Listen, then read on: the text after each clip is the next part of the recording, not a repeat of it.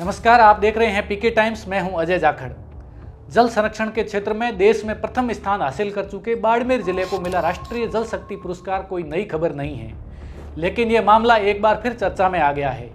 वजह है शिव विधायक रविंद्र सिंह भाटी का हालिया बयान और उसके बाद बाड़मेर दौरे पर आए केंद्रीय संस्कृति एवं पर्यटन मंत्री गजेंद्र सिंह शेखावत की प्रतिक्रिया। दोनों नेताओं के बयानों ने इस सवाल को केंद्र में ला दिया है कि इस बड़ी उपलब्धि का क्रेडिट किसे और किस रूप में दिया जाए। छठे राष्ट्रीय जल पुरस्कार 2025 समारोह में राष्ट्रपति द्रौपदी मुर्मू के हाथों बाड़मेर जिले को प्रथम जल संचय जन भागीदारी पुरस्कार प्रदान किया गया।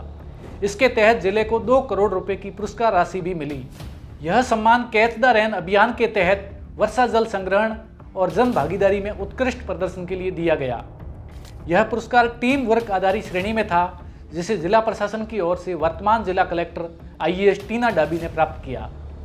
स्पष्ट रूप से यह पुरस्कार किसी एक व्यक्ति के लिए नहीं, बल्कि जिला प्रशासन, पूर्व जिला कलेक्टरों, जनप्रतिनिधियों, अधिकारियों, कर्मचारियों और आम जनता के लिए सामूहिक प्रयास के लिए था।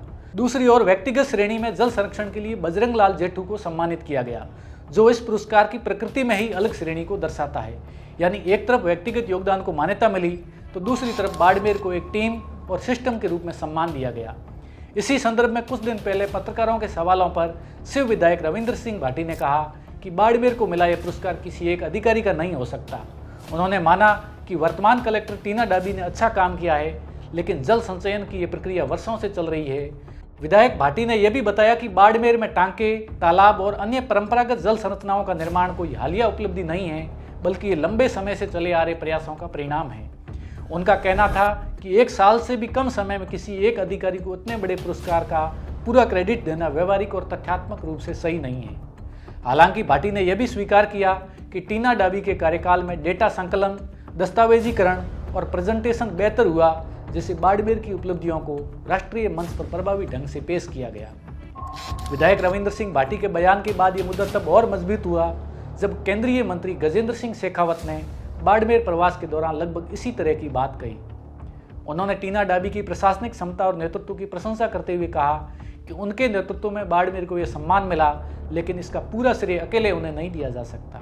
शेखावत ने याद दिलाया कि जब वे मोदी सरकार 2.0 में जल शक्ति मंत्री थे, उसी दौरान इस पुरस्कार की शुरुआत हुई थी और बाड़मेर के लिए जल संरक्षण के लिए विशेष बजट भी मिला था। उस समय से लेकर अब तक कई जिला कलेक्टरों और अधिकारियों ने निरंतर काम किया, जिसका परिणाम आज दिखाई दे रहा है। हकीकत यह है कि बाड़मेर को मिला जल शक्ति पुरस्कार न तो अचानक मिला, न ही किसी एक फैसले या एक चेहरे का परिणाम है। यह नीतिगत निरंतरता, प्रशासनिक ढांचे, जन भागीदारी और परंपरागत ज्ञान के समन्वय से हासिल हुई उपलब्धि है। टीना डाबी ने 7 सितंबर 2024 में बाड़मेर जिला कलेक्टर का कार्यभार संभाला और उनके नेतृत्व में इस पूरी प्रक्रिया को राष्ट्रीय स्तर पर मजबूती से प्रस्तुत किया गया। वहीं व्यक्तिगत श्रेणी में बजरंग लाल जेठू को मिला सम्मान यह स्पष्ट करता है कि पुरस्कार व्यवस्था में व्यक्तिगत योगदान और टीम वर्क दोनों को अलग अलग पहचाना गया है।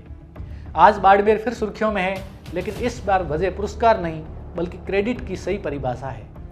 विधायक रविंद्र सिंह भाटी और केंद्रीय मंत्री गजेंद्र सिंह शेखावत दोनों की बातों का सार यही है कि टीना डाबी का योगदान अहम है, पर बाड़मेर की जल सफलता किसी एक नाम से नहीं, बल्कि सामूहिक प्रयास और वर्षों की मेहनत से जुड़ी है। यही संदेश इस पूरी कहानी का मूल है कि कुर्सी पर व्यक्ति बदलते रहते हैं, लेकिन मजबूत और पारदर्शी सिस्टम ही स्थायी सफलता दिलाते हैं। तो इस खबर को लेकर आपका क्या कहना है, कमेंट करके ज़रूर बताएं और देखते रहिए पीके टाइम्स, क्योंकि ये है राजस्थान की आवाज़।